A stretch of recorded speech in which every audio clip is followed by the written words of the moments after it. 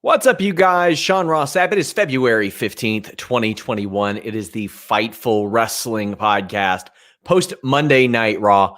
I am joined by Denise Salcedo. Denise, how are you? I'm doing good. I'm doing really good. This was a show, Denise.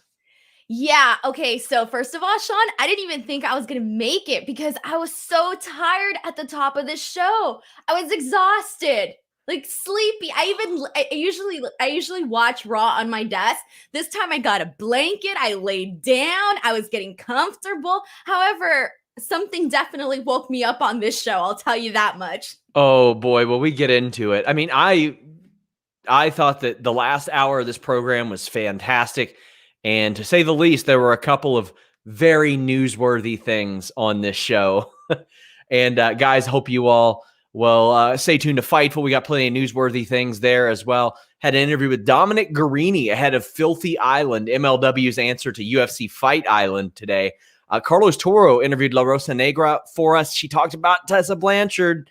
That is some stuff. I got an interview with Danhausen coming this week. But tomorrow I'll be joined by Demon Diva making Elimination Chamber predictions. And this Sunday, I will be doing an Elimination Chamber post show. But this past weekend, we had a UFC 258 watch along. Kamaru Usman, huge win. Sunday, we had an NXT TakeOver watch along. We had the media calls from Triple H. We had a post show. Go check it all out. Just tons of stuff over at Fightful. I've been posting the 2020 year-end reviews for each company's YouTube, from MLW, New Japan, WWE, Ring of Honor. Make sure you go check them out. But if you're here right now watching, whether it be on Periscope, on Facebook.com/FightfulOnline, or YouTube.com/Fightful, leave us a thumbs up, subscribe, tap the bell for notifications, and donate a super chat. Just like our friend Evan Wright did. He said, congrats on 1K select subs, Sean. You guys rule. We actually got it last month, but then the first of every month, they take like 10% of the subscriptions away because of expiration. So we got back there again. I was going to say, what happened?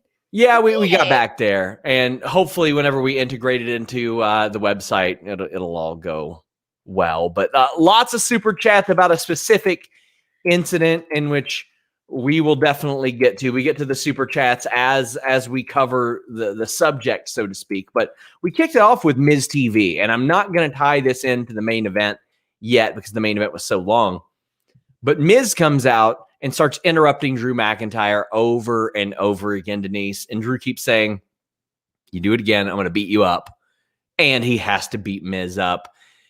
Miz then says, by the way, I'm pulling myself from the Elimination Chamber match. How'd you feel about this? All right. So, as I said, I was really tired when Raw started. So, this segment to me was just the end. I was like, oh no, I'm not going to make it. I was like, this is the first segment, and I'm already feeling like I'm not having it, right? And I just really felt, I'm so glad that, Miz took himself out of the Elimination Chamber because it really just made much more sense to do it that way. But I don't think, this segment was over 10 minutes. I think I saw it was like 5:12, 5 something when this thing ended. I just didn't think we needed everything that we got to get to the big exclamation point of this segment. For the purpose of this segment, for us to find out that The Miz was taking himself out of the match, I didn't think we needed this entire thing. It was just so much talking. At one point, I just completely lost. I can't even tell you what The Miz said. I just know that was the end point. How did you feel about Miz taking himself out of the match? I mean, I get it. He has the title shot and all that, and a lot of people are saying, oh, well, why would they even put him in there if he's got his title shot whenever he wants it? If I'm The Miz, I would be all for like stacking title shots. Like as many as if you want to give me 6 title shots in addition to this one, I can do whenever, or that's fine. What he doesn't have is 2 title shots that he can use whenever he wants. This one was very defined. There was a match there. A lot of stuff like that. But how did you feel about this? I see it both ways. So I see it as, as a competitor, you might want to have more than one shot. But I think it actually makes you look like a bigger deal if you're like, all I need is that one shot. I don't need anything else. One shot, I'm going to take your bout, etc. So to me, it's actually it's better just to have the money in the bank. And then also just from a fan's perspective, to me, it didn't make sense to have him in the match when he already had the Money in the Bank briefcase. I wasn't a fan of it when it was announced, so I was really glad that they actually went ahead with removing him and adding Kofi. Well, eventually I'm getting there, but I just like the fact of the new inclusion of how it all worked out. Well, we can go right into that. Miz was backstage. Kofi Kingston was backstage. Kofi said, "Hey, why wasn't I put in this match? Why wasn't I added? I'm a former WWE champion, more recent than a lot of these people." I thought New Day's promo here with Adam Pearce was so funny, so good. It highlighted how likable they are. And the Miz came up and he's like, "Oh, no. I want John Morrison in there." And Adam Pearce goes, "You know what? Here's your chance. You all have a match." I thought this made a lot of sense. Imagine if they would have done 4 or 5 of these qualifying matches, Denise. Right, and they had the time to do it, but I actually thought that it wouldn't have made more sense to have John Morrison in that match though, to try to earn his spot. Or do you like the way that they did it with the Miz sort of trying to get it for his friend, since he was the one that really wanted it for him? I don't know what John Morrison's status is. Like, for all we know, especially in this day and age, guy might be sidelined, might be quarantined. You never know what may have prevented that from happening. But Miz and Kofi Kingston did have a qualifying match, and I thought it was fantastic. I thought it was really, really good. Miz worked over Kofi Kingston's knee heavily. They've worked on TV in singles, tag, or multi-man matches over 70 times. So they are very familiar with each other. Altogether, they've worked each other over 100 times, including live events. Kofi gets the win. I thought it made a whole lot of sense. You add something in the middle of the show that matters, and it sets up the Gauntlet match for later. I like this an awful lot. I mean, it was a foregone conclusion who was going to win this. We knew Kofi was going to win. Right, exactly. And like you mentioned, you don't know what's going on with Morrison or whatever, but either way, like, had Kofi Kingston not won, but although we all assumed that he would once they actually made this match, I would have also liked to see Morrison in this match. But with Kofi Kingston in this match, now I think about all the fun things that he can do and that he has done when he's been in this situation before. So I'm really glad that he went ahead and got incorporated into this. I think last week, whenever they announced all of this, everybody was like, "Oh, well, what about Kofi Kingston? What about Kofi Kingston? He should be the one that's in there." So now it kind of feels like they were sort of listening and, hey, let's throw Kofi Kingston in there. And then the match itself, I thought it was probably one of the best Miz matches that we've seen in a while. Guys, get your super chats in, like Sexy Peasant that says, "Denise, I can forgive you for your hatred of Christmas, but I can't forgive you calling WandaVision boring. What the F is with The Fiend? Is he still The Fiend?" We'll see. I mean, I don't know what's up with The Fiend. Going deep into creative plans is not really my forte as it relates to reporting news. I haven't watched WandaVision, Denise. I'm not big into Marvel, DC, universes, and all that stuff. It's not for me. So I gave it a try. I watched the first episode and I really enjoyed it, but I kind of gave up in the second episode. I got bored. So I didn't even get through the second episode. So I'm sorry. I know a lot of people told me to stick with it, that it gets really good around, I think they said 4, 5, 6, but I might give it a try again. I didn't say it was completely boring. It just didn't get my attention to get me to click to the next episode. Thank you to Michael for the super chat, by the way. Planet Dan says, "If I were the charities that work with WWE, I'd never work with them. Now, after punishing talent for promoting charities, it's evil and heartless." This comes from a Wrestling Inc. report that WWE has punished or warned some talents about third-party companies, businesses, or charities. I'm working to independently verify that. I can verify some aspects of it. I've not been able to verify the charitable aspect of it. If that is true, that is heartless. That is ridiculous. Like, let whoever promote whatever charity they so choose. Yeah, I do not agree with that whatsoever. We have Rafael Garcia. He says, "Ali needs to attack Kofi Kingston and get him pulled out of the chamber just to take his slot last minute on Sunday." So that's the thing. They don't have retribution on this show. Sometimes when they do that, Denise, that's so they can make you kind of forget about them a little bit before something happens. It would make an awful lot of sense to me if Ali takes out Kofi Kingston, they injure his knee, and then Ali takes his spot on Sunday. I'll tell you what, if they do that, that is probably going to be the best thing for Retribution that they have ever done, because they're supposed to be like this, just doing whatever the hell they want, right? Is that still who Retribution is? At least that's how Retribution sort of got started, how they were introduced to everybody. So if they were to do something like that, it would very much fall in line with their character, their persona, who they are. So it would give something to Retribution, something that they are very much lacking. And I don't think Ali would necessarily be a bad person to have in this match. Also, I mean, storyline continuity, it's great because of what happened a couple years ago where Ali got pulled from that Gauntlet match. Kofi ended up winning. However, I do think it's important that along the way, Kofi Kingston says, listen, man, why are you sitting here acting like you had something taken from you? He got his title shot at Fastlane before Kofi got his title shot.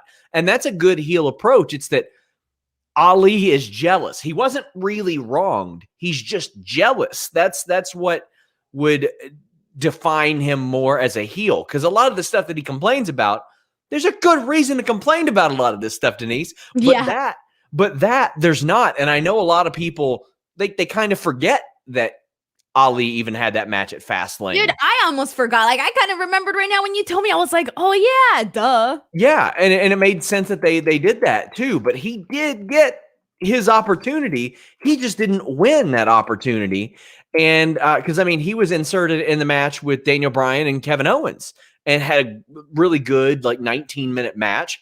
But there's some good story there. It's just, man, they nerf everybody, and it's just like, okay. Oh, and it would be something so good to circle back with, especially because these two guys don't necessarily, I mean, they don't have something major going on, is what I'm saying. You could add some story, some depth to them right now. And I'm all for that the story in the middle of the card. If you've got something to play off of it. If you're going to have these people wrestle one another, in Riddle and Lashley's case, or Riddle and Hurt Business's case, as we'll get to, like 12 times since November.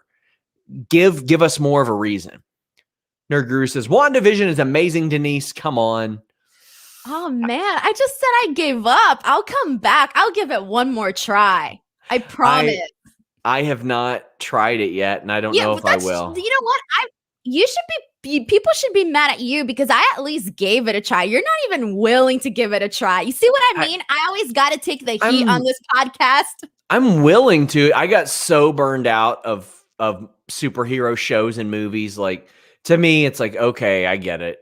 They overcome something. They win at the end. I know. With the exception of that time Thanos snapped his fingers. Like, okay, cool.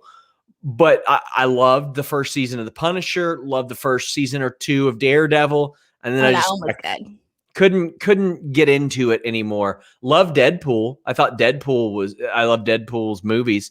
Watched The Boys, and that entire show came, oh, I'm blackmailing you. Now you're blackmailing me. And I was like, oh, okay, cool. Nerd Guru says, not Raw related, but we say that the Undisputed Era imploding is the best breakup of a faction since The Shield. A real crowd would have erupted. It's the only one that comes to mind. So yeah, I would say so. I really liked it, and we still don't know what's going to happen. And that's what I think you should do, Denise. It's a cliffhanger. What's Roderick Strong going to do? Where's Bobby Fish at? How's he going to handle this? I like it an awful lot. Exactly. I think it was a really nice way to end the pay-per-view, especially because I honestly thought that after the match that was it. I wasn't expecting anything else to happen afterwards. So the fact that they ended a takeover like that, I thought it was really exciting. Anakin says, Sean, knowing you, WandaVision won't be your thing. Trust me, Denise, if you like the MCU movies, get to the end of episode 3 and decide. Will do. I think that's a future podcast for us, Denise, is what? Just shows that most people like that we don't like. Oh my God, I'm going to not like anything. Have you met me? Yeah, I have. Not only have I met you, Denise, I proved on your own channel that I know you as well as you know yourself. I got almost every single question right. You got really easy questions, though. Mine were like way harder. I got almost every single question right. Reminder, guys, get those super chats in. There's plenty to talk about tonight. Oh, boy. Riddle and Lucha House Party defeated Hurt Business. Riddle and Lucha House Party talk about their favorite presidents before this match. I love seeing Lucha House Party used this much. Like they are used very, very often all over the place. And this was a good match. It was everywhere. Just, Oh, I feel it was totally opposite, Sean. really, you don't like Well, I it. thought this match was boring. Really? I thought Yeah. I thought it had a really exciting lead up to the finish, spots all over the place. I actually think that there wasn't enough spots. I think in Wow. comparison to some of the other matches that we've seen with Lucha House Party in it, I think they've done far more stuff. This one to me was it was not good for me. You want a full Dalmatian. You want spots all over the place. Yes, I do. I really, really do. Just throw me all the spots. But this to me wasn't good. It wasn't memorable. I've seen way better.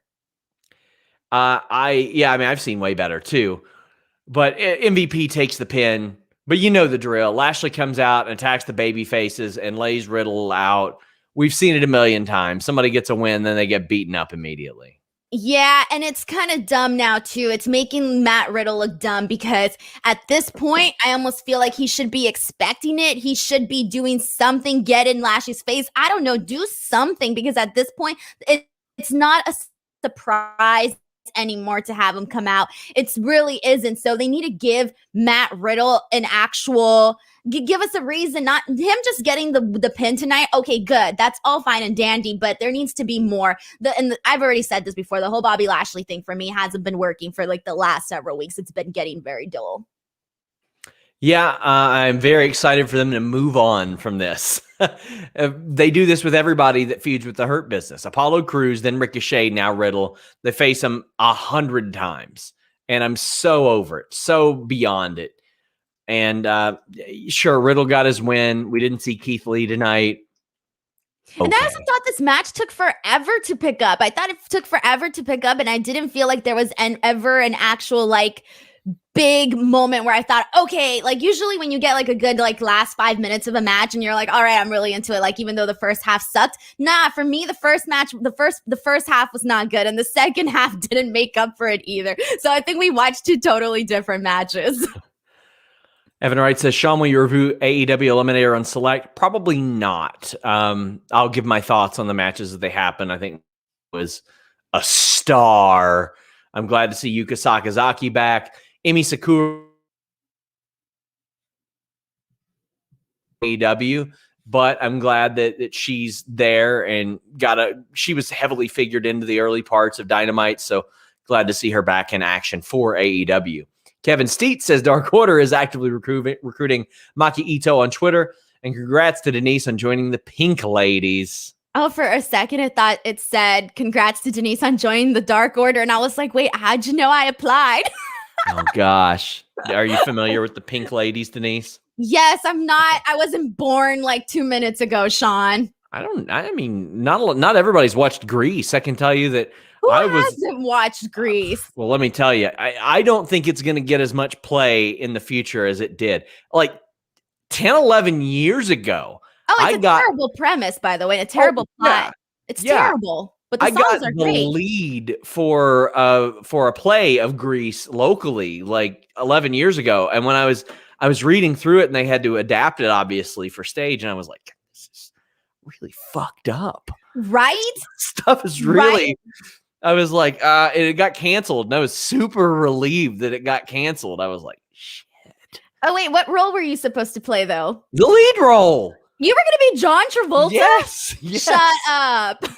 Yes, and I was not excited. Gosh, it was like 13 or 14 years ago, not 10 or 11. Please recreate that. I need to see this. No, it ain't going to happen. But I was reading, and I was like, oh my God.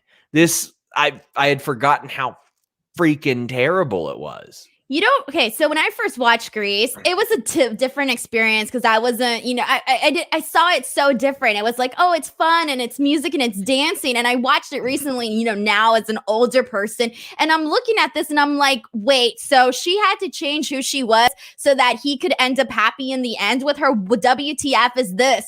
It's just the whole message of this it's wrong. I don't like Grease, but I like the song. So I'll watch it for that, but I'll ignore the actual theme of it all. Well, backstage, Bad Bunny's talking with Mandy Rose. Damian Priest is shilling SNL. You see Akira Tozawa pin R-Truth for the 24/7 title.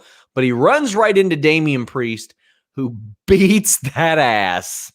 And then Bad Bunny wins.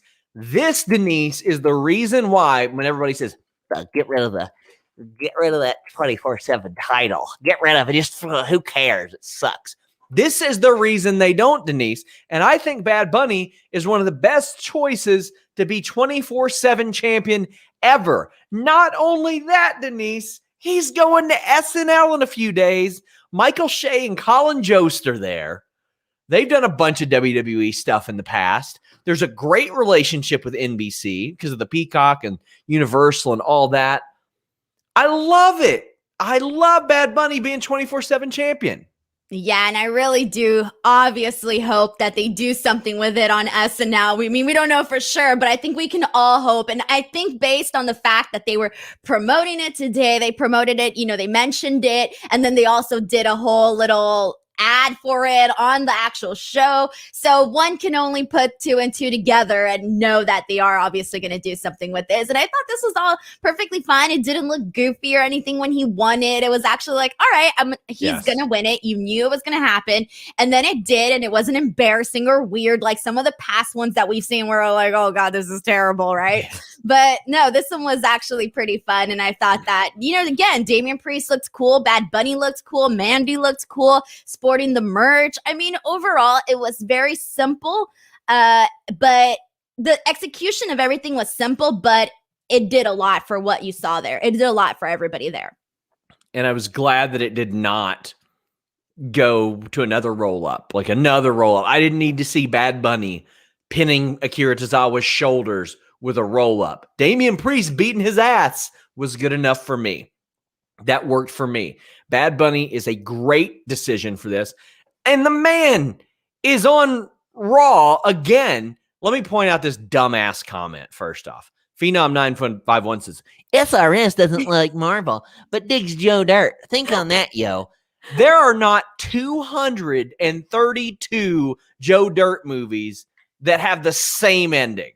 And he says, you watch about pro wrestling and you're going to complain about the same endings. Homeboy, you are here watching my fucking show about pro wrestling. Enjoy your ban. Sean, are you going to hate me if I agree with his first comment? Okay. Joe Dirt no, hold terrible. on. Joe Dirt was not terrible. It's like, okay. I watched it. I did the review. Okay. It's so stupid that I enjoy it. But, here's the thing. I know what's going to happen when I watch almost any Marvel movie. Some shit's going to go down. The bad guy is going to rise to the top, and then he's going to get overcome and beaten. That's what's going to happen every single time. And if people like that, more power to them. But I think we knew it was going to happen with Joe Dirt, too. He was looking for his parents. You thought that Joe Dirt was going to eat French fries off of a frozen hunk of shit in a wagon? That's in-depth details. There's obviously details that are different in the Marvel movies and in every movie, but we all knew that the ending was going to be Joe Dirt finding somebody that loved him, B, finding out the truth about his parents. We all knew that. We all knew he was going to become famous and all of that. You let me know the next time Marvel has the balls to have somebody knock the top off of a crap tank and have poop fly everywhere. Joe Dirt is magnificent. It's better than the Avengers. Hannah M says, you literally get paid to watch wrestling. Trevor L says, come for the reviews.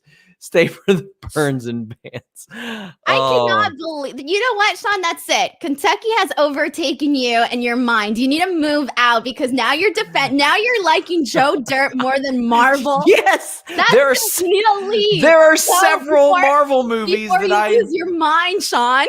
There are several Marvel movies that I like less than Joe Dirt. Okay, now I'm not saying like 50 more Joe Dirt movies. Is that what you're telling us? Joe Dirt 2 sucked. It was terrible. I'd rather watch any Avengers movie or Guardians of the Galaxy over Joe Dirt 2. But Joe Dirt 1, give me that over some of these. Watch 200 of them? No. Deadpool 2, Guardians of the Galaxy? Sure. Couple of the X-Men movies? Galaxy. Exactly. Couple of the X-Men movies? They're good. Go over to DC. Batman Begins, Dark Knight Rises. Sure. Okay. We're getting into Superman Returns and all that shit. No, give me Joe Dirt over Superman. I would rather watch something. I would rather watch something so bad that it's good than watch something so boring that it's depressing. You know what, Sean? If the people on Reddit pull this up and talk smack on you, I can't. I wasn't a part of this Reddit people. I'm out on this one. They matter. Come on. I'm innocent. Man. So, yeah. Bad Bunny is the 24/7 champion. How did this lead into all of this? Oh my gosh, we're talking about Bad Bunny. Rob Wilkins says Shooter McGavin was in Grease too, and he wanted to have a heck of a golf career. I enjoyed Raw tonight. I did not feel like a waste of time. That sounds like a good movie review for us. Grease 2. I haven't seen Grease 2. I haven't either. AM, thank you for the super chat. And Brandon Charles Powell says, super chat for those SRS glasses. Very nice. I was supposed to have a LASIK consultation tomorrow, but I can't because it's snowing so hard. I got to put it off till March. Anakin says, title change on SNL works for me. I don't know if it'll change hands, but I think they should do a little something there, like a little SNL integration, Denise. Oh yeah, for sure. I'm sure they are. And I don't know what, but they're very creative people over there. So I'm sure they'll come up with something fun. Terry Allen Jr. said, did you download Retribution's theme from Amazon? No, I don't. I only listen to music on Spotify. Okay. Norm Summers says, Raw is becoming tolerable. Have yourself a beef jerky pizza with ranch party. Keep up the great work. I'm just saying, Denise. Hey, and I got that one right. Come on, that was a long shot, and I got it right. I keep beef jerky. You want to know something, Sean? What? I hate beef jerky. It's not for everybody. No, I hate all of it. You could call it the Joe Dirt of snack foods for sure. I swear, you're Joe Dirt's #1 fan. You need to start a fan club. I do enjoy Joe Dirt. Joe Dirt appreciation. People are saying, did my super chat on Lacey get missed? Let me explain to you guys again. We get to these super chats when we cover the actual segment. But send it in here. If I missed it, I'll pick it up. AM said, Bad Bunny said a year ago in a song, I've been talking with Triple H. I guess it's been a year in the making. Has he? Did he really have that in a song? I didn't know that. I'm not too hip to it, but I mean, I believe it based on what I've seen out of the guy. Ryan P. Jam said, Jim Carrey as Biden should be the 24/7 title on SNL. Oh, man. Did you see the Zillow skit recently? No, it was good stuff. I did. It was good stuff. I know you're looking for places, so it's worth you going out of your way to see. Nerd Guru says, I disagree with Sean so much, but you're crossing over my two favorite things, Marvel movies and wrestling. So much appreciated. I don't know where some idiot got Sean likes Joe Dirt more than every Marvel movie ever. There's a fucking 100 Marvel movies. Like, it's such a weird, stupid comparison. Sean, Joe Dirt alone, or do you prefer like the Disney movies, like the Princess, Prince, all that animated, Finding Nemo, all of that type of stuff? Finding Nemo is pretty good. Like if we're talking Toy Story, no. Like I think the whole collection of it all, the Disney animated stuff.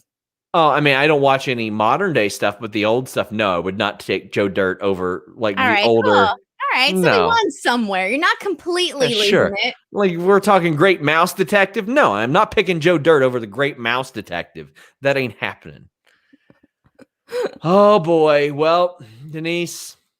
Oh, is it time? It's time. Let's do this. The Lacey cut, so it felt like a long ass promo with Peyton by her side. I couldn't care less about this match. And that's saying something because I thought the ingredients were good. We're not going to talk a damn bit about this match. I don't even remember the match. I should tell you everything. Not a one bit. Lacey gets tagged in and she drops down. And at this point, I get a message as I'm watching this, and I'm a few minutes behind. Rafael Garcia, friend of the site, he's often in our chat. He says, stop what you're doing and record yourself watching this. And I said, okay. And it's up on youtube.com/FightfulScraps right now. Actually, I'm going to see if I can play it. Play it. Yeah, play it. I want to see it. I'm going to see if I can actually show my reaction. It'll take some time to upload, but Lacey Evans says that she is pregnant. She did. So my first thought was laughing maniacally. That was your first thought? Yes, Raphael said it was a Ted DiBiase laugh, which you guys will see whenever it uploads. But my second thought was, cool, no title match Sunday. I didn't have any of those thoughts whatsoever. My reaction was more like, are you effing kidding me? We're doing this? This is what we're doing. This is not, nobody wants to, because you knew that they were implying, obviously, that Ric Flair is the dad, and you even had Ric Flair celebrating, and you had Charlotte doing the WTF face. So my reaction was, I cannot believe they're doing, like, I was already so not for this storyline, and I've talked about this before, so to add the whole pregnancy layer to it, it's so like those TV, what do you do with those TV shows where it's all the drama and so-and-so's having baby's daughter, and I don't know who's having whose kid, whatever. So this to me was not appealing whatsoever. Like, this is not my type of storyline, okay? Especially it's not mine either. I often complain that like every drama show that I like has to integrate some dumbass pregnancy storyline. Like, that's something that they got to do all the time. Let's get to some super chats because there are a lot about this. Trent Gaspard says, oldest ride, longest line. Space Mountain is still open for business. Did it ever really close? I don't. Trevor L says, if you want your partner saying woo, hashtag code Fightful. Not tonight, my friends. But then we get to some honest to God super chats about this. Sam Piboon says, do you think Rhea Ripley will be replaced and Lacey Evans or replace Lacey Evans for the Raw Women's title on Sunday? I don't think she will. That would be very cool if they did that. But I don't. Throwaway though.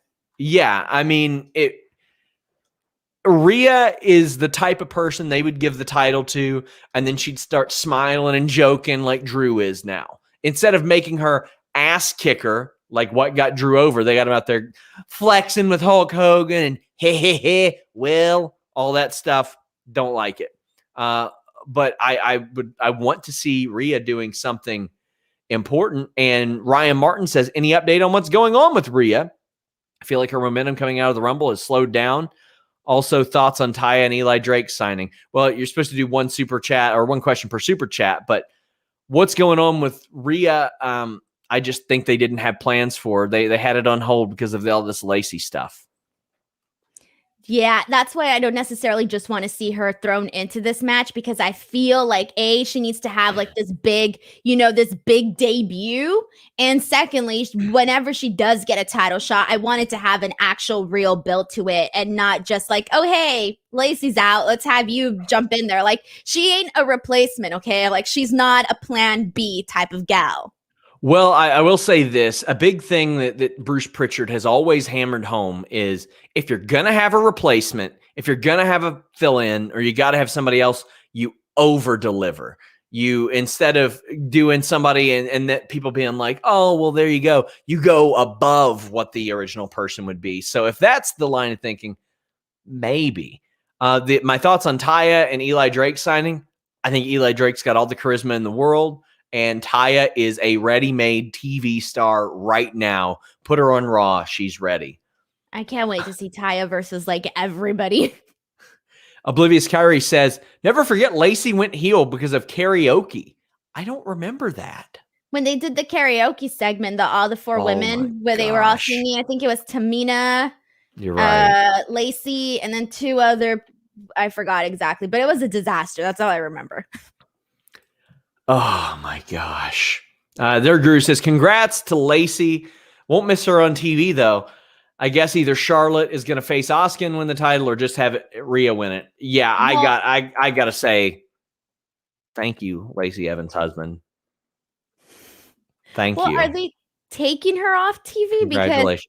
Well, she ain't wrestling. I'll say that. But if they're implying that it's Ric Flair's kid, then shouldn't she stay on to continue that? I mean, she doesn't have to get physical. It could just be like a backstage segment sort of thing. I mean, it's not like I want to see it, right? But I'm just saying, like, I'm trying to think of like, hey, we don't necessarily have to get the woman out just because she's, pregnant. I don't. Yeah, exactly. I don't care if she stays on TV. More power to her. Didn't need to see her in a world title program. Didn't need to see her in a Charlotte program. Didn't need to see her wrestling in this spot. Didn't need to see it. On-screen character? Sure. I've seen a lot worse than Lacey Evans as an on-screen character. And legitimately, congratulations to the woman. Cares about her kid, takes her everywhere. Her kid was always at the NXT live events that I would go to because they would integrate it into the match. The heel would go get heat on her by going at her. Oh, man. Storyline wise, there needs to be follow up to this because you just don't throw a bomb like that and say like, and then just forget about it next week. Like, oh, she gone, she's resting. They need to follow up on this. And everybody's saying, oh, well, they took Becky off TV. But that was a whole different scenario. Maria Kanellis was on TV. She was pregnant and she was in a 24/7 title situation. Even Anakin JMT said, I don't think you can compare the situations. Oh, here's my reaction. I just think you can't compare the situations on that. Oh, let's see it. What's up, you guys? Sean Ross at Fightful.com here. Now, I was told by my friend Rafael Garcia to screen cap my reaction when Lacey Evans gets the microphone after being tagged by Peyton Royce. In all caps, he said, "Do it. Trust me. Do it." I read this message just as Lacey is being tagged. She has just stepped away. I'm about to see whatever this is. Well, Lacey Evans did not expect this.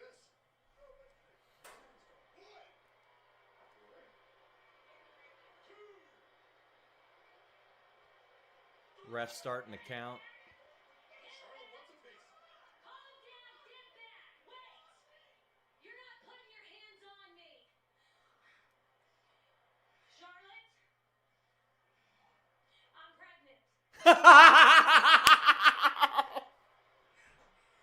No!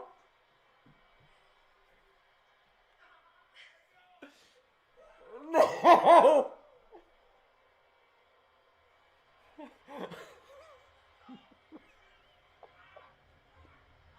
No! No!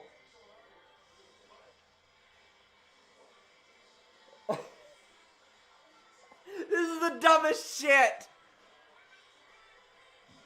Oh. No title match for her. Great. Legitimately, first concern was this is the dumbest, but at least there's no title match. I like how your eyes gleamed when you realized there was going to be there was a sparkle in your eye, Sean. I saw it. It was a sparkle there. I was like, oh, no title shot. Oh, this is great. But I just don't know how you went immediately into laughing about that. Like, that's insane. Because I have learned to laugh instead of be upset about this shit. Like, I get paid to do this, and I get to talk with right now like 1,000 people. We get to talk to about this. My God, there are legitimately 4 times as many people watching this than live in my neighborhood, in my town. Oh, I saw your tweet, and it trips me out, Sean. It really trips me out. What, that I have 60,000 Twitter followers, or that there's 207 people in my town? How many people in your town? I think like 260, 270. That trips me out. I can't even imagine it in my head. Like, it's terrible. It. It sucks. Ryan B. Jam says if they imply this is Rick's kid, it reaches Claire Lynch, TNA, Mike, and Maria cuckold levels of horrible. Well, I think the thing is they're going to reveal it's not his and all that good stuff. You think they'll I hope they do. That's the only way to save this. Reveal it's not his. Please. Raphael says, I immediately thought Sean was going to lose his shit when he sees this. I wanted to see it too. I've started to watch Raw like on a delay, like because there's so many commercials and all that. Yeah. Anakin says, Denise, they can drip this storyline. Remember how Maria told Mike it wasn't his baby? They never followed up. That's true. But that was terrible. I mean, that got to new levels of bad where like his masculinity was like taken away, shattered. They made her look so bad. And I mean, I don't know, but I mean, think of everything that they did with Lana and Lashley. Like, just think of all of those different things that we've gotten. So I feel like it could get really bad, but I hope that it doesn't. Like, just like nip it, say it's not his.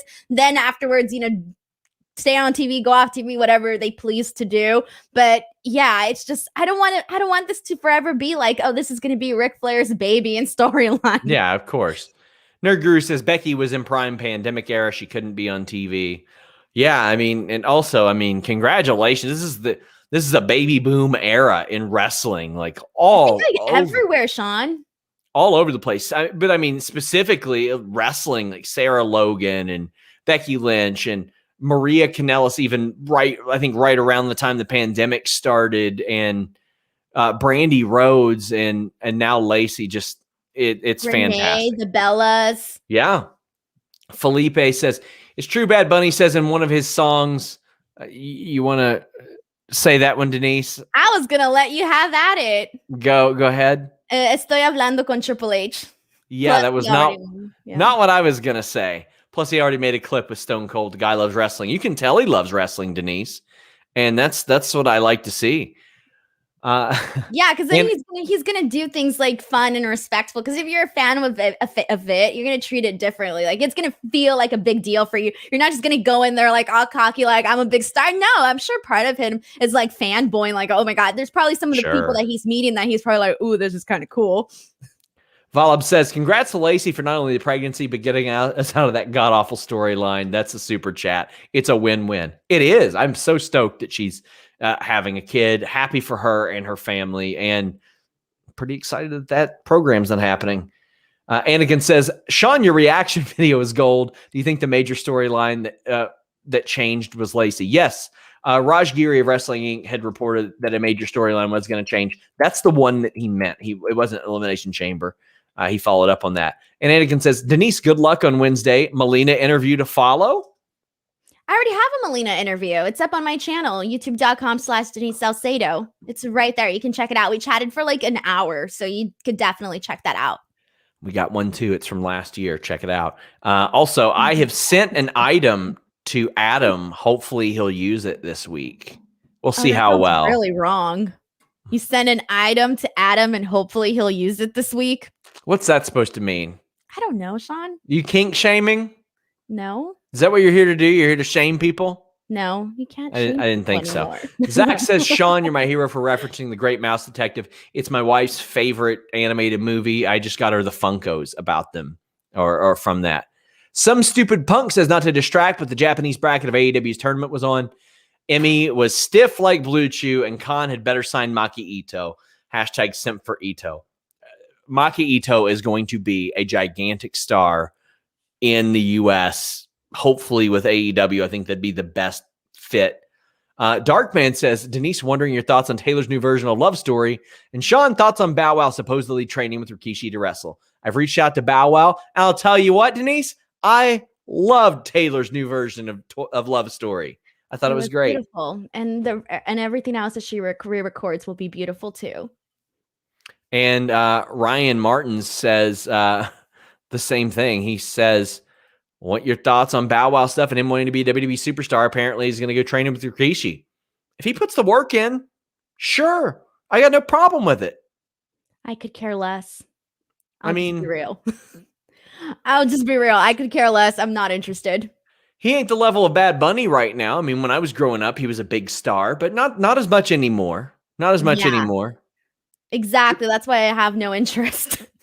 Drew Nicholas asked if I sent Adam my package. No, I did not send him my package, but sent him something way better. Ryan B. Jam said, like Jesse the Buckeye said, everyone facing Asuka is getting pregnant. Oh my God, that's so true. We know who Ronda needs to face when she returns. Oh my God. Don't go there. I hope that they can have kids if they so choose. We also had a super chat from Ryan B. James saying, with all this talk of Disney and Marvel now, I want a Pixar Joe Dirt movie. I think they could probably actually pull off a Pixar Joe Dirt movie. I think they could probably do that. I mean, obviously, it would not be. You wouldn't have crap tanks and people eating off of turds, but I think they could probably. He seems like they could make him a Pixar character. Zero interest. Yeah, right. Zero. Anakin also says, haven't seen Joe Dirt, but I bet it's better than Justice League, Catwoman, and X-Men Origins Wolverine. It is. So Ryan says, any update on what's going on with Rhea? I feel like her momentum is slowed down. Oh, sorry, I read that one. But no update. Waiting on her assigned situation, so to speak. That's it. Later on, we had Lana facing Shayna Baszler, and I thought this was a solid match. It did not need the distraction. I thought it was good, short. It didn't expose any of Lana's shortcomings or weaknesses. She hit a body press, got choked out. I did not need the distraction, Denise. Yeah, this was fine. I mean, personally, for me, I really didn't have much interest in this. I haven't had much interest in this storyline at all. So for me, it was a little bit hard to get interested in what I was seeing for this. But for the most part, it was fine. Were you surprised that Lana got put to sleep? Well, see, here's the thing about everything that they do with Lana. It's almost for me like I'm never surprised about anything. That Lana got put to sleep because I've been resting easy thanks to helixsleep.com/Fightful, Denise. I love it. As soon as my head hits the pillow, I'm full on Lana. Like I just faced Shayna Baszler. You know, some people can't sleep because of today's politics or pandemic or even your love life. Maybe you had a rough Valentine's Day, and sleeping on a terrible mattress just makes that worse. And that's what I was doing before I upgraded to helixsleep.com/Fightful. And sometimes, I mean, all you need is Monday Night Raw. But now that I've upgraded and got a Helix Sleep mattress, I'm resting all night long. I'm getting a greater quality of sleep. They have a quiz that takes just 2 minutes to complete, matches your body type and sleep preferences to the perfect mattress for you. It is so awesome. I did not want to go to a mattress store in the middle of a pandemic and lay on some mattress that everybody else has been trying out. And Helix knows that everyone's unique, so they have several different mattress models. And that was my big concern. I was like, how am I going to know that I get the right mattress? Well, they have a quiz. And I was matched with the Dusk Luxe mattress because I wanted something that felt soft but was supportive enough for me. I sleep on my back, and it has really increased my quality of sleep. I used to sleep on just a slab of memory foam, and this is so much better. It's the best overall pick for mattresses in 2020 by GQ and Wired magazine. And hey, you know what? It's Fightful's best pick too. It comes straight to your door, shipped for free. You don't need to go to the mattress store again. If you don't like it after 100 nights, they'll pick it up for you and you get your money back. Risk-free. helixsleep.com/Fightful. Take their 2-minute sleep quiz. They'll match you to a custom mattress that'll give you the best sleep of your life. And with that type of guarantee, that type of risk-free option, why not, my friends? You can get up to $200 off all mattress orders and 2 free pillows for our listeners at helixsleep.com/Fightful. Hit them up on Twitter at Helix Sleep. Let them know you heard about them from us. I legitimately bought a Helix Sleep mattress, and I loved it so much. I asked them if we could do business together, and I'm so glad we got them all through 2021. So I'm putting you all to sleep, Nate Robinson level. Denise, you won't understand that.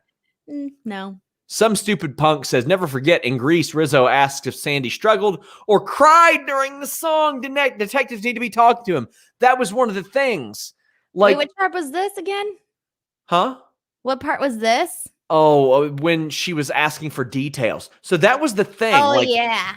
Most of the just normal dialogue had been adjusted in the stage play that I read, but the songs were all the same. And I was reading through them and I was like, oh, Oh, no. And this was in the mid 2000s, Denise. Things were very freewheeling back then. People said a lot of crazy stuff. Did you watch the Free Britney Spears documentary on FX? I've not yet, but I'm gonna. Watch it, and I think it will kind of show you a little bit about similar to what you're talking about here. I'm gonna check it out. I've been meaning to. Guys, we're on the home stretch. Get your super chats in. Leave your thumbs up. I can't tell you how much that really helps us. The Gauntlet match. This was to determine the number 6 entrant. We saw promos from everybody along the way. Not much happened except for Randy Orton's, where Alexa Bliss pops up with these contact lenses. And Oblivious Kyrie says, I'm digging her Alchemist Circle anime vibes. I thought she looked awesome with the contact lenses. Oh, this scared me to death. I'm not into like this type of like witchcrafty type of stuff. It scares the hell out of me. I don't even like to go near that type of stuff. So it legit spooked me out when they like zoomed out of her and she had that like, I don't know, what do you call that symbol anyways? Is that symbol that she had? I don't know. The person called it an Alchemist Circle. Okay, so that's what it is. Well, whatever that is, it creeped me out, man. Like totally, and with like, the candles and everything. Ooh. That sounds like something exactly like what a closeted witch would say. What? Yeah, Gee, thanks, I think, Sean. Guys, let me know in the chat if you. A pentagram. Yeah. Thank you. I didn't look. Pentagram. I believe everybody knows. pentagram. See, and you're trying to call me a closeted witch. I don't even know what a pentagram is. You know what? If I would have saw it, I would have known what a pentagram. I knew it would have known it as a pentagram. No big deal. It happens. Let me know in the chats, guys, especially super chats. Is Denise a witch? I think she is. Is Denise a witch? Is she a witch? What would qualify me to be a witch? What is it about me? Braun Strowman pops up. He's like, why wasn't I put in this match? And Adam Pearce is like, I don't know. Technically, you're not a WWE champion. And Braun's like, will you tell Shane he's got an answer for this? So do you think we're getting Shane and Braun at WrestleMania? Because I do. Well, if they do it, I wouldn't necessarily be like against it because we already know that he would do like awesome stuff during the match. So I necessarily wouldn't hate it. And everybody thinks I'm a witch. Well, for all the people that think I'm a witch, sleep with one eye open. Well, you know what? If you do sleep with one eye open, you'll get a full night's sleep either way with helixsleep.com/Fightful. Anakin says she's Harry Potter witch, unknown what house though. Oh, come on. Taylor Swift, Snake, she's a Slytherin. I don't even watch Harry Potter, and I know that Denise would be a Slytherin. Let's get real. Come on. I haven't seen Harry Potter in a very long time, so I don't even remember. Well, Omos catches Xavier Woods at the beginning of this match because it's Kofi and AJ. Did you see that ridiculous camera angle they used? Which one? Because I noticed some other ones that were a little bit like the whole thing all over the place. From the floor. Jimmy, watch it. Jimmy has said, you and Denise will cover the Grease song. We just need to come up with the milestone and compensation. Let me tell you, to get me and Denise to sing that song, it would cost a lot of money. How much is my LASIK surgery? Probably about that much. Hey, and I'm looking for an apartment. So yeah, I'll throw that in there. Anything is possible. By the way, I thought Jimmy Van was going to comment on the witch thing. I was like, what? Also, Denise is a witch. He said that. I didn't make that up. Oh, yeah, for sure. I totally believe you. Kofi and AJ had a good match. It made sense to me that Kofi got eliminated first because, one, he wasn't even prepared to do anything tonight besides get an opportunity. And 30 minutes before this, Denise, he was having his leg worked over big time. Great opening spot. I thought that made all the sense in the world. I did too. And I'll say that now. I thought that the way they played out this entire gauntlet made a lot of sense. And I was actually very happy with the entire outcome. But I love the fact that they kicked it off with AJ and Kofi because those are two explosive guys, especially because Kofi just got essentially, added into this. So it made a lot of sense to put him up against AJ in this one.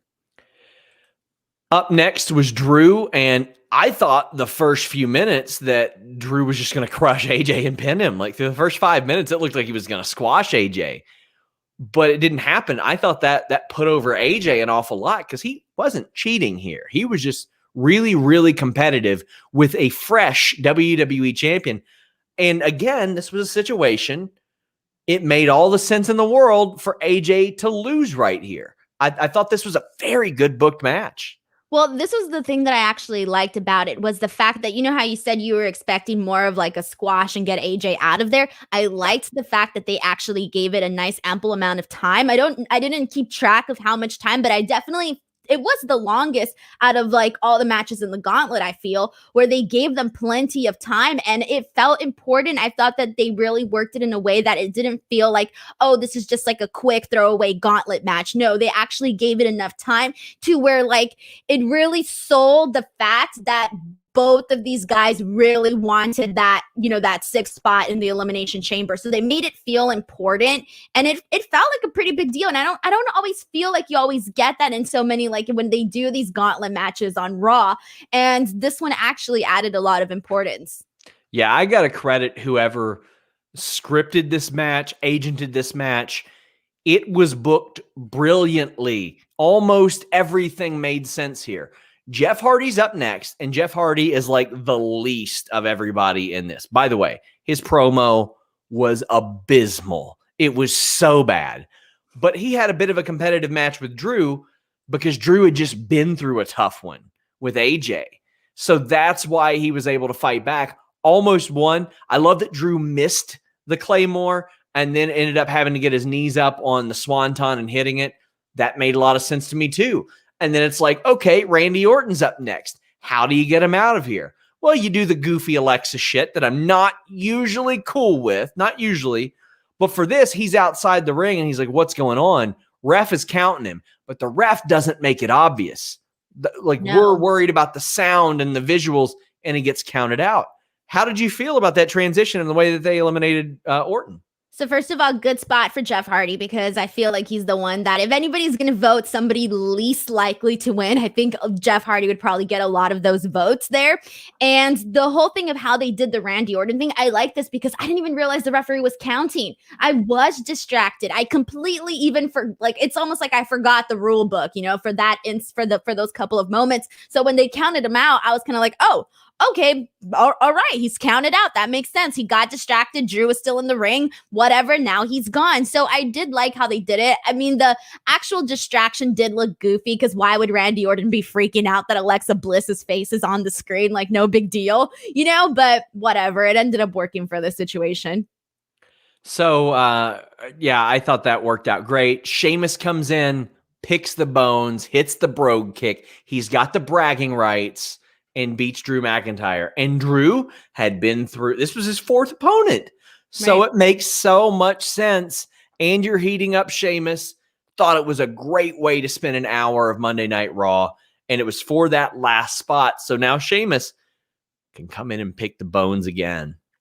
And pretty I'm glad solid finish. Have Drew win because I didn't want Drew to come in last. Like I just didn't want that for the chamber. I wanted him to, be there for a good amount of time. So I'm glad that he didn't win. And I'm glad that they made him that he lost in a respectable way because he had already been there for a really long time. And it also puts over Sheamus. And why not give Sheamus a little bit of like you said, bragging rights going into this match. He has, this newfound confidence going into this match. So it gives him something. And now people can be like, well, I wasn't expecting Sheamus to win. Okay, maybe now he has an actual chance. So I like how they built the entire story with this. And it was a good call to have Sheamus win. Great finish to the show. We do have a few more super chats as we wrap up. Roxas Vanitas says, should the women tag titles go to NXT for a while? Yeah, they should. After that match we saw last night, Denise, I would say yeah. Definitely yes. Yes from like the start of all of this. Yes. Brandon Charles Powell says, in reality, Pierce probably didn't put Braun in the match because he's still kind of ticked about Braun attacking him back in November. And that's what, that's what Braun mentioned. That's what got him suspended, if you remember. It got Braun suspended for a while. Oh, yeah, you're right. Yeah, you're right. Yeah. Guys, subscribe to FightfulSelect.com. I have broken all kinds of news over there, especially the last week. Just tons of stuff. I mean, quite frankly, if there's exclusive news out there in wrestling, there's a solid chance it came from FightfulSelect.com. And then every Monday, like today, I drop a 15 to 20-minute podcast that's just about exclusive news and all that. And hey, if you're wondering how perhaps a more aggressive person is going to respond to the Lacey Evans pregnancy angle and story, Alex Palowski is doing sour graps tomorrow. He'll spend a good 20 on it. He's doing like 90-minute reviews solo. It's fantastic stuff. Please subscribe to FightfulSelect.com. But Denise, your channel's been blowing up over the last week. I outdrew Matt Cardona. Yeah, you did. But you know who outdrew you? Not Luke, but food that Luke sent. Luke didn't actually appear. But his name was on there, though. That counts, doesn't it? That sounds like a bait and switch to me. Well, anyways, no, but seriously, yeah, I've been putting a lot more, been doing a lot more videos up on my channel and a lot more live streams, as you guys know. So yeah, seriously, go to the channel. I'm about to hit 35,000 subscribers on YouTube, and that channel is run entirely by yours truly, me. So it really does mean a lot to me whenever you guys go to the channel, check it out, click, subscribe, whatever you guys do. It really means a lot. So youtube.com/Denise Salcedo. And then, man, I'm almost about to hit a bunch of little like points. Okay, so I'm almost going to hit 35K on YouTube, right? I'm almost going to hit 20K on Instagram, and I'm almost going to hit 15K on Twitter. So they're all like at point something that's like almost there. And I'm just like checking every day, and I'm like, no, almost there. So I told you, once you hit 10K on Twitter, it snowballs, and it's like insane. I feel like I slowed down though. I've noticed now that like my tweets get more traction, but I feel like my follows come slower. Well, it's because, I mean, more people have discovered you. Like, and there will be some where you just have like crazy months. Like now I'll get a few hundred people that follow me every month. And then there will be like a couple months where all of a sudden it's like 2,000, but I think you're doing great. Yeah, I noticed that on mine too. And I was like, well, oh man, I'm doing something wrong. And I was all feeling down about it, but whatever. So yeah, anyways, but all social media and just everywhere, Denise Salcedo. It's the same name everywhere. Really, guys, check out her videos. She put an incredible amount of work. Tag video. Yeah. Go check that out. She put an incredible amount of work on there. I was so impressed with the editing that you did. I feel like not a lot of people know that I'm pretty skilled at my editing skills, you know? You are. You're very skilled at it. A lot of people were asking me who edited your videos. I was like, me. All those internships, they paid off. They do. It's the experience. But guys, I am back here on Wednesday for the list and your boy. Go check out twitch.tv/Fightful Gaming. And how about this? Subscribe to youtube.com/Fightful Scraps. Thank you guys.